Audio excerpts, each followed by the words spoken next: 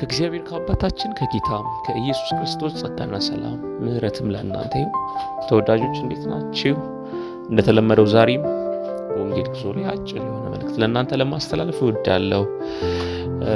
ከወንጌላት ማቴዎስ 6 ቁጥር 14 ላይ አንድ ቃል ላንብብላችሁና አጭር መልእክት ላስተላልፍላችሁ።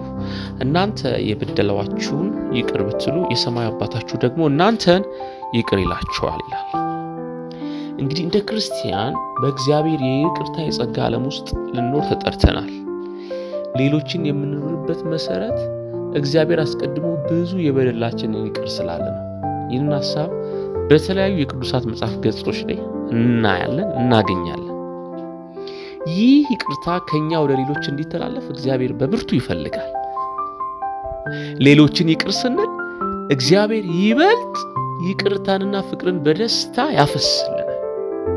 የጎዳንን ያቆሰለንን ሰው ይቅር ማለት ቢከብደንም በይቅርታ የሚገኘው በረከት ከሚያስፈልገን ዋጋ እንደሚበልጥ ኢየሱስ እንድንረዳ ይፈልጋል። ይቅር ማለት እንድንችል፣ ይቅርታ እንድንጠይቅ እግዚአብሔር ይርዳን።